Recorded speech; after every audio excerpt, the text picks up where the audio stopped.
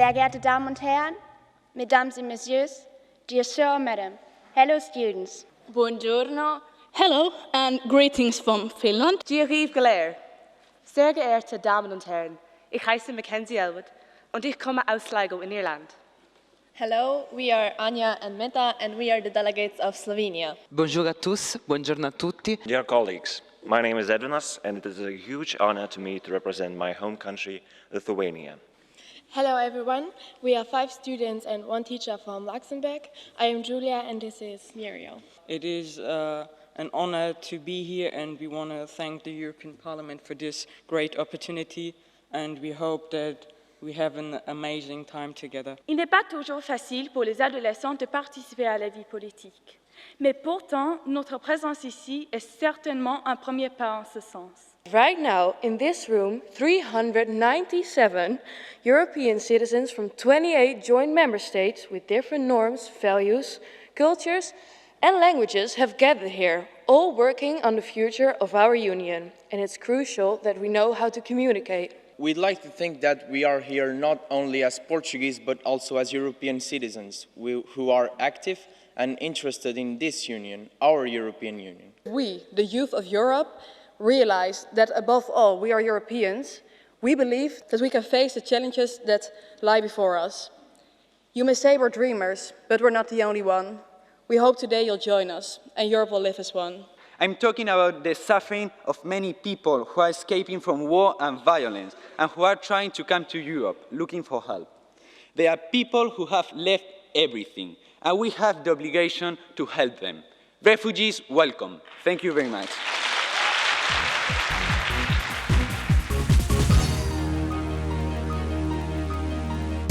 Pensez-vous que la crise économique et financière... Because we have a financial crisis, the EU should be paying less for development aid outside Europe. In the near future, the United Kingdom will vote about leaving the EU, which may or may not will have a bad influence on the EU. And my question is, what will be the biggest consequence for the EU if the voting will be positive? Look at these terrible, tragic events which happened in several European capitals, Madrid, Paris, Brussels. Why don't we have a European force to intervene? Why have each country got to intervene separately? I have a question about European Union integration in Eastern Europe. We all know what is happening there. In Belarus we have Lukashenko dictatorship who has been in office for the 4th time in a row with the help of strong censorship and faked elections. In Ukraine we have Crimea annexation crisis. These countries are EU neighbors, therefore it is very important to ensure democracy and peace there. What measures have been taken so far to ensure that, and when we can expect those countries joining the EU? Thank you. Why did you not accept Turkey into the European Union? Thank you. How does the European Union intervene and act in the area of the Syrian refugees that are trying to reach the European Union? The protests against TTIP, the US and the EU, and considering our trading agreements, do you think that there will be a conclusion to these negotiations, and do you think the agreement will be ratified in a subsequent period? And if so, why? At this very moment, Europe is facing a refugee crisis, but an Oxford report from 2005 and a United Nations report from 2008 have estimated that migration flows will grow even bigger from Africa to Europe due to the climate change. And the reports mention numbers to 20 million to 200 million refugees. And we would like to know, how does the EU foresees to deal with this possible migration flow? Thank you. And for school, I did some research about the democracy in the EU. And I would like to know if you think that there's any decreasing of trust in the EU's democracy. And if so, what will the consequences be for the EU's internal market? Thank you. The problem lots of European countries are facing is brain drain. Why doesn't European Union do something to keep educated people in their home countries and in Europe instead of losing them? Because this is not the way for Europe to make a progress and taking it to way further. Why is it taking everyone so long to give up nuclear energy? Why is it taking them all so long? Would it not be better and more practical just to have one seat for the European Parliament? It would save so much time and let alone money. As a German person, of course, we're quite interested in this question of money. The European Union is a union of countries. Is it possible to speak with one voice and therefore to have more clout internationally in all sectors? Second question. Dropping unanimous voting, you spoke of that previously. Do you think that is going to be necessary in order to be able to do those things that I mentioned in my previous part of my question? Thank you.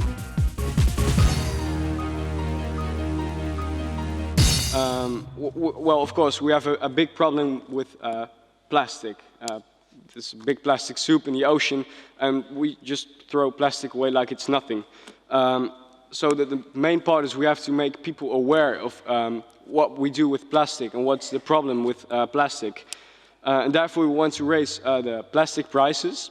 We want to have a plastic tax on everything, so for just consumers and also for big companies. And we want to reward bringing your plastic back to have it recycled. So we thought, yeah, we can punish people for not recycling their plastic, but we want to give people a reward when they bring in their plastic to have it recycled. Second thing is we want to ban plastic in products. We have plastic in like food sometimes even, or in things like perfumes or beauty products. And we want this banned because plastic can be hazardous for us, and yeah, that's not the thing. We're living in a time of an economic crisis, and you want people to pay even more on plastic, while plastic is one of the most used products in the world. How do you want to do that when you will only make the economic crisis even worse? Yes, of course, we're living in an economic crisis, but the economy is getting better. That's the first thing. And the second thing, we have to do something about the environment, and in all ways we have to pay a bit for it. If we want solar panels, we have to pay a bit for it. So we think plastic is just one of the more small things, just a few cents it will be. And I think that's better than investing thousands of euros in solar panels. So either way, you have to make a small sacrifice. Rights are not something you have, but something you are. They cannot be taken away from you because they are part of you. Human rights are the basis of democracy and Europe, and people vote to be able to speak for themselves, and we should keep fighting for that. Because freedom is what defines us as human beings, and we should feel secure to talk about how we feel and what we think without having to think about the consequences of that. Of course, as long as it's still respectful. Then you have the data protection. I think for feeling secure, sometimes it is important to, not being observed, but like you being observed is a thing. Like for example, when you go on Facebook or when you go on social network, Twitter, Snapchat, anything you want, you know that your photos are download. You know that you're showing your informations, and I think as long as you know what are the risks, you should not there is no need to talk about that. Like, you know what's going to happen if you post something on Facebook. You know what's going to happen if you post something on Twitter and all that stuff. But I think something really important is that we have the right, we also have the right to be forgotten. Because when you put something on internet, it will stay forever. This is kind of weird. Even if you're 50 years later, this will stay on internet. But I think we should have the right to be forgotten. Do you really believe that there should be no limit to freedom of expression and you can say anything you want whenever you want. Now, if you think there should be limits, what type? And what about tyranny? And what about the democratic debate? So what do you think about limitations to freedom of expression? Thank you. Well, this is definitely why there is no good or wrong answer about this question. It really depends on the case. Once again, this is not because you limit your right that you're falling into a dictator or anything. Sometimes, like I said, rights are good, okay, but when security, which one is better, rights or security? At one point, you have to choose. You cannot have both. You can have both, but when you limit rights, it does not mean you do not have any rights. It's just a limit.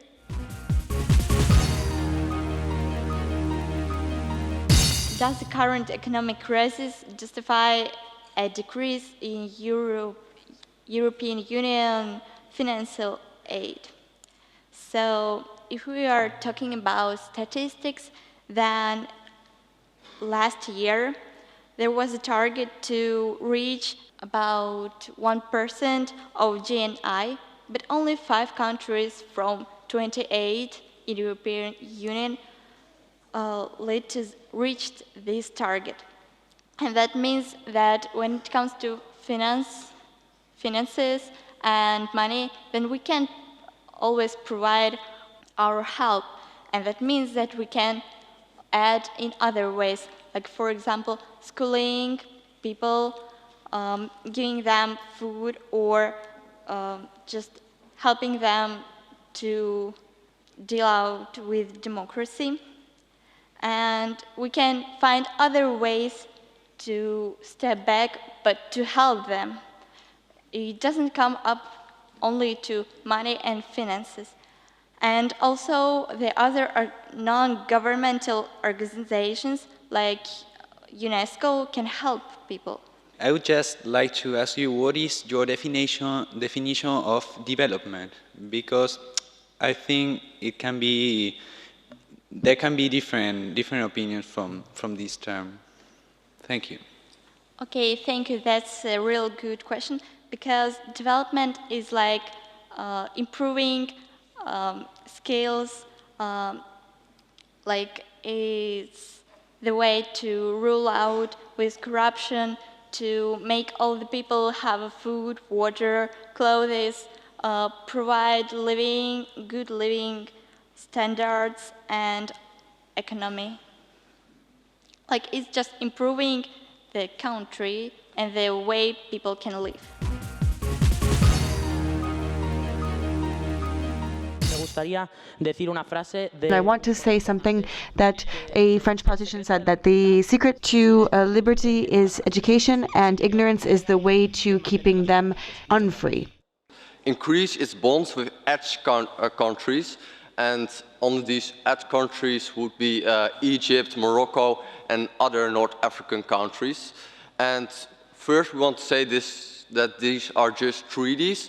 This wouldn't mean that these countries would be allowed into the EU. There was a lot of controversy around that topic.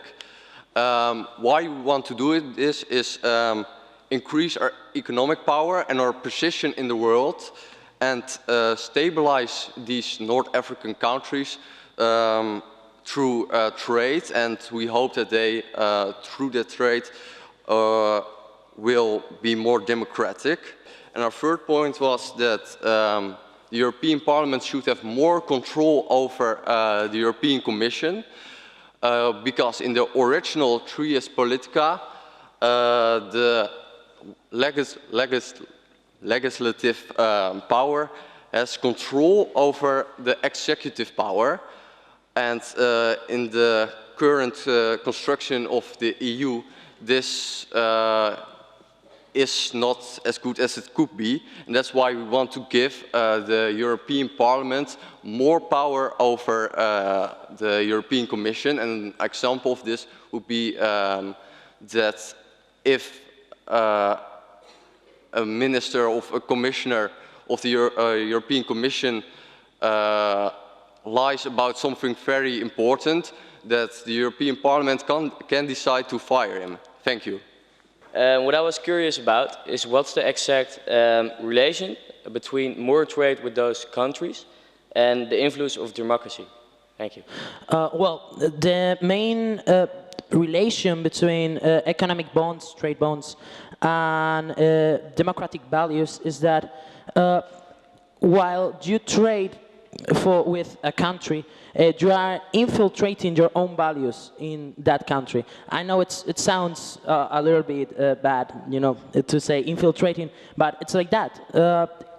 Also, Europe is a hugely productive part of the world. It has an outstanding trade power.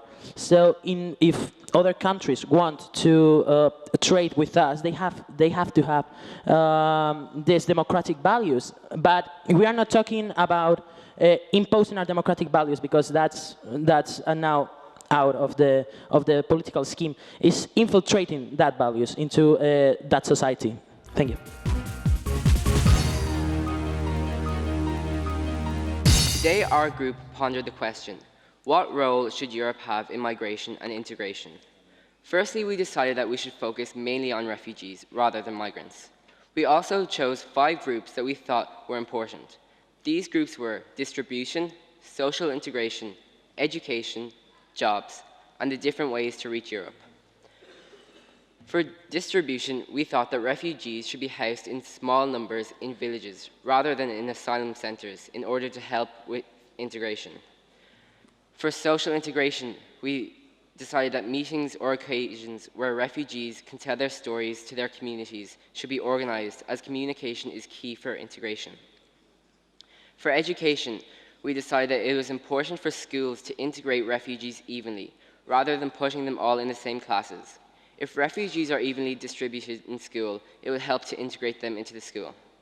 EU citizens need to be informed on what is going on and how to help with the integration of refugees. Without safety in schools, there cannot be any education. Schools need to implement stricter rules and consequences to bullying. With regards to jobs, we decided that training and jobs should be provided for refugees in order to integrate them into the society, and also in order to financially support themselves and their families. We think that the process to acquire a job should be made easier, because at the moment it takes at the very least 2 years for a refugee to get a job. For the different ways to reach Europe, we thought that refugees who try to enter Europe legally should be granted access quicker and more easily than those who try to enter it illegally. I would like to know something. What are you basing your conclusions on? How are you going to give more rights to legal immigrants as opposed to illegal immigrants? Because some cannot avoid their situation of illegality. They would like to, but they cannot. I'm not sure if that was clear. I would say that people who are illegal in a country, they don't want to stay illegal. So their first step is trying to be a legal citizen, because they know if they become legal, they get treated more equally because of their status. Thank you.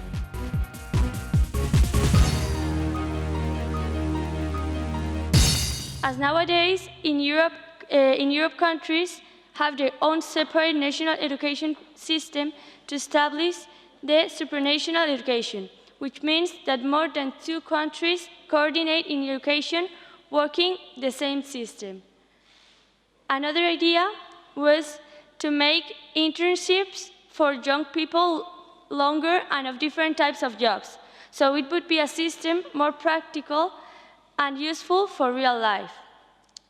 The third idea we have was to improve the technological skills and establish laws similar to the ones in America, so it would be easier for big companies to establish and grow in Europe. And our last idea was to establish a law for people under 25 years old in which they have to pay less taxes to create their own company.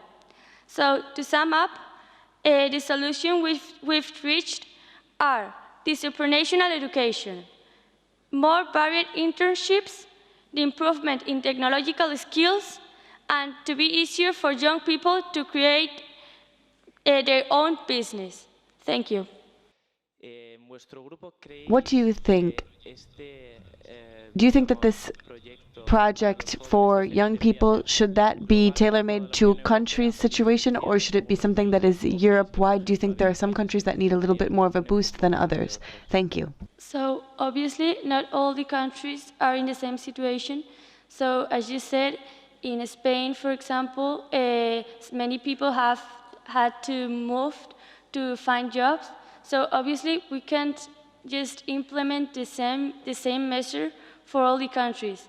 We can just establish some common point and some common, we can reach to an agreement about all these measures we were talking about, but obviously some countries need more than others. Thanks.